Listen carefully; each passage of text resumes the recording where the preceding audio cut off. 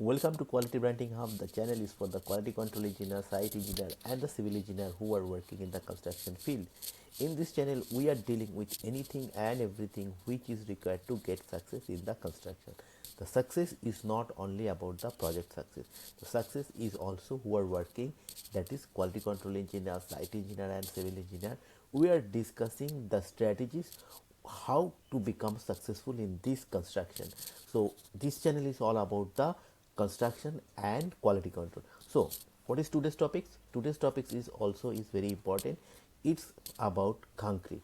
Now all we know, the concrete is a homogeneous and complex material. It has coarse aggregate, fine aggregate, cement, and water.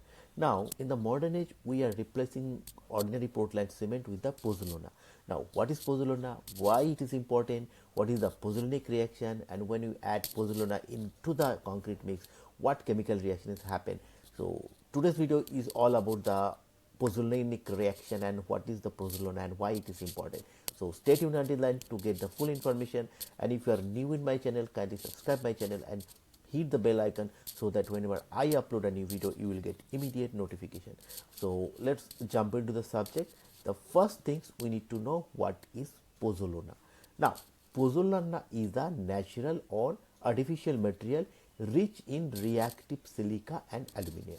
So either it can be formed in the natural sources or from the artificial sources, but what is its contents? Its contents in the reactive silica and aluminium, while it does not possess the cementitious properties. Now what is cement?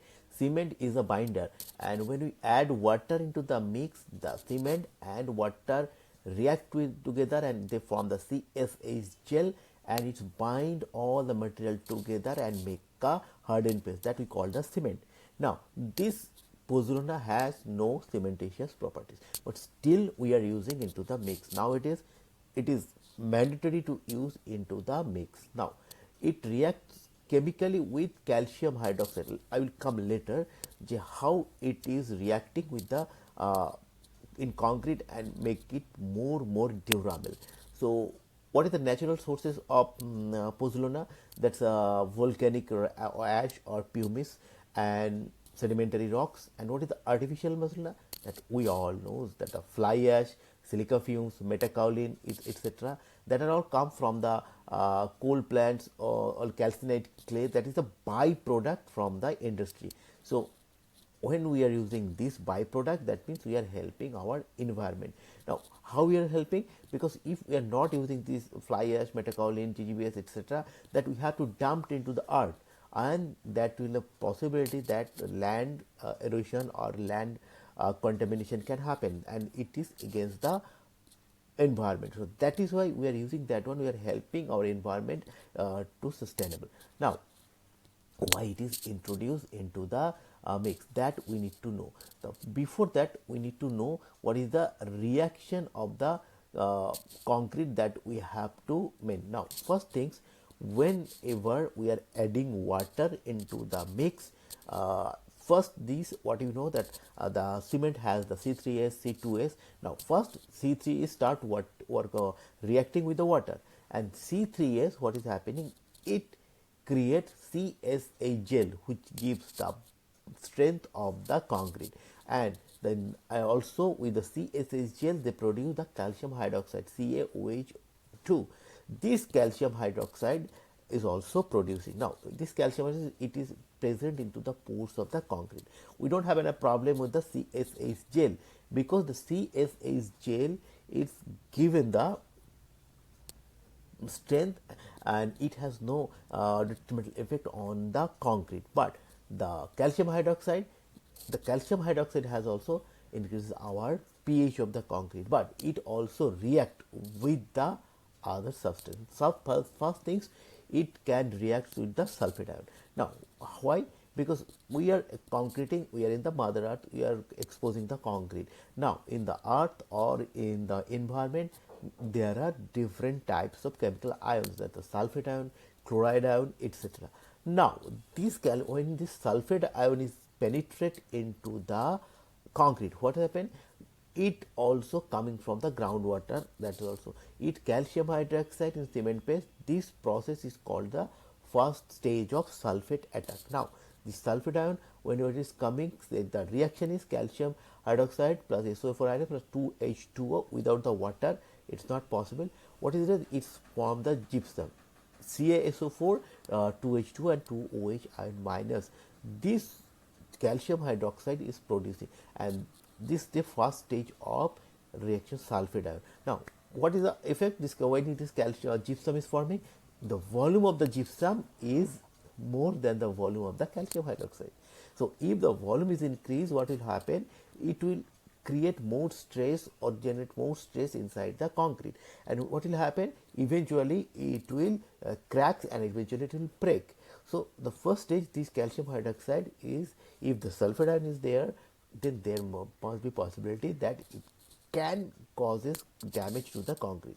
Now second type of reaction, the carbon dioxide. Now in the environment there are huge amount of carbon dioxide. Nowadays the pollution is a big problem. Now what is happening? This calcium, carbon dioxide also, when it is penetrating inside the concrete, it also start reacting with the calcium hydroxide. So what is the reaction? This calcium hydroxide plus CO2 is equal to CaCO2 plus H2O. This process is called the carbonation. Now what is happening if it is the carbonation is happening? Now if the carbonation is happening also, this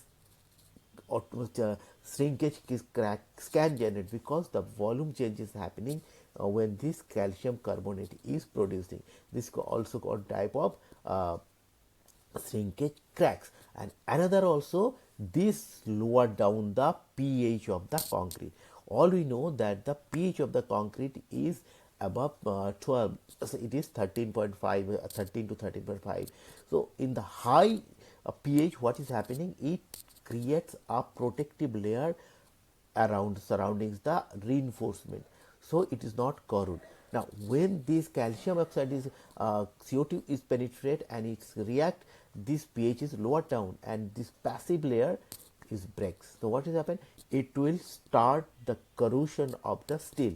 This is called the carbon induced corrosion. Another type of corrosion, it is the chloride induced, but here this calcium carbon induced corrosion will start and we will eventually break the concrete. Now these two is the detrimental effect, or if calcium hydroxide also is present, so this can happen. Another thing, this calcium hydroxide, what is happening? It is also soluble into the water.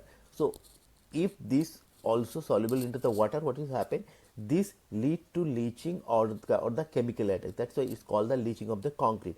So that is also the permeability issue. When this calcium hydroxide soluble in the water, the pores can be voids, and in the voids the chemical ion, carbon dioxide, sulfate, chlorine, that all can penetrate inside the concrete, and again it will create the problem with the concrete. So these are all the setback or the problem with the ordinary Portland cement.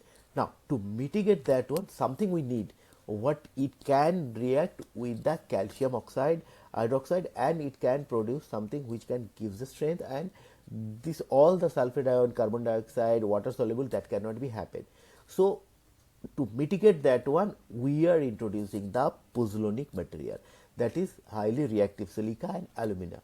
Now what is happening now, if we are adding calcium pozzolana into the mix, now what is this will start reacting with the calcium hydroxide, which is a product of the hydration, that is C3S plus water. It produces the CSS gel and the calcium hydroxide. Now this calcium hydroxide will start reacting with the silica, that is SiO2, which is present into the pozzolana. Now what they will form with the calcium hydroxide in the presence of water, again they will produce additional CSH gel.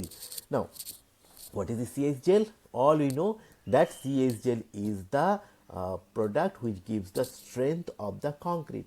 Now the calcium hydroxide, which was a problem for us, that was problematic, now we are making this one advantageous. Why? By introducing the silica, this ACSiO2, then it is producing the additional CaSH gel, and it also has the some alumina, and that also producing with the calcium hydroxide, that is Al2O3, and producing CaH gel. Now this way we are making this calcium hydroxide into a positive one. That means we are again getting the additional CaH gel, so it increased the strength. And other way, when the CaOH gel not there, that means it cannot soluble into the water, and there will be no chances of penetration of the chemical ion, that is sulfur, sulfate ion, chloride ion, carbon dioxide, etc. So what will happen? The sulfate attack will not happen, carbonation will not happen, and water soluble, the pores of the concrete also not be there. So the water also cannot penetrate, and other chemical ion cannot penetrate. So this way it will help concrete to get more strength and also durability. So why it is important, that I already discussed. Still it is increased long term strength because it gives the additional CaH gel, so it gives the strength and enhanced durability. It refines the pore structure. See the pore structure, what when CaOH is there, if it is with the water it is soluble, then there are void. So that's a problem. So it refines the pore structure, making concrete more impermeable and resistant to sulfate, chloride, and alkali silica reaction, that is ASR. And then the chemical stability, it makes structure safe for host environments such as marine works and sewerage systems.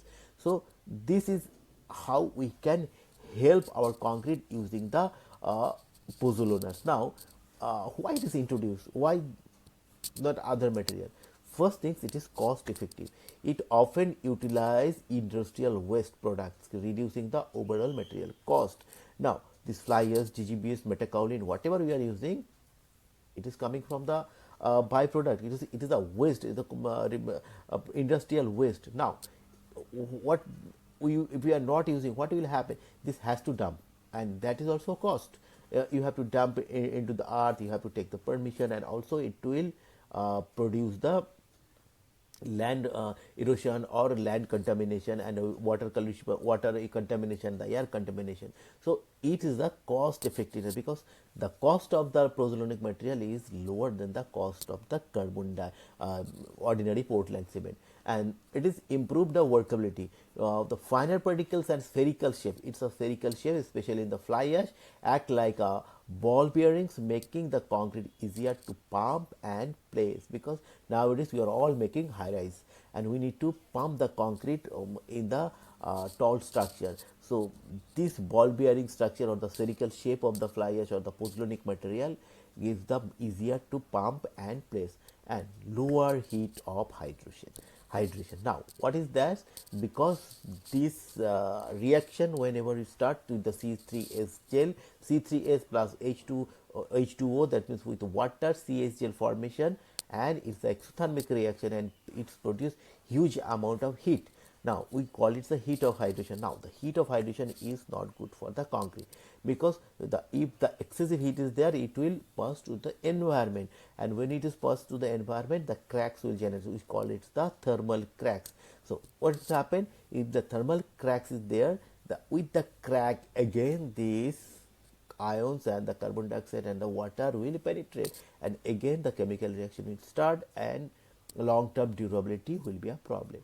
And that is why whenever you adding pozzolana, it has a low heat of hydration, so we can reduces the heat of hydration in the concrete, especially in the mass concrete when heat amount is huge. So in that case, it is very much essential that we are adding pozzolana, so that there will be lower heat of hydration.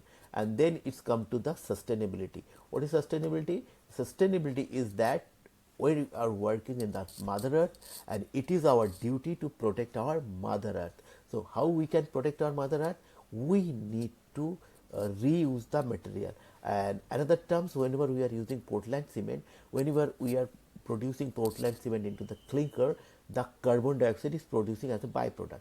Now the carbon dioxide is a greenhouse gas, and it has the negative impact on the environment. So whenever you are using pozzolana, that means you are reducing the carbon footprint onto the earth, and that is why it is the sustainable construction. And also we are using the byproduct, that means we are helping our environment to breathe.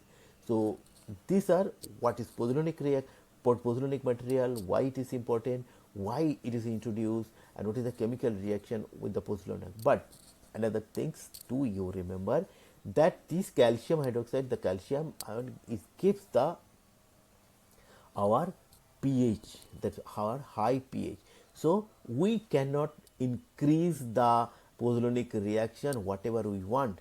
It has the limiting, because if you increase more, then the possibility that pH of the concrete will be lower, and if the pH is lower, this passive layer will be not protected, and the carbon dioxide and everything will come, and concrete will be a problem. So that is why IS code has given the guidelines that you can use the pozzolanic material, but it has the certain limit.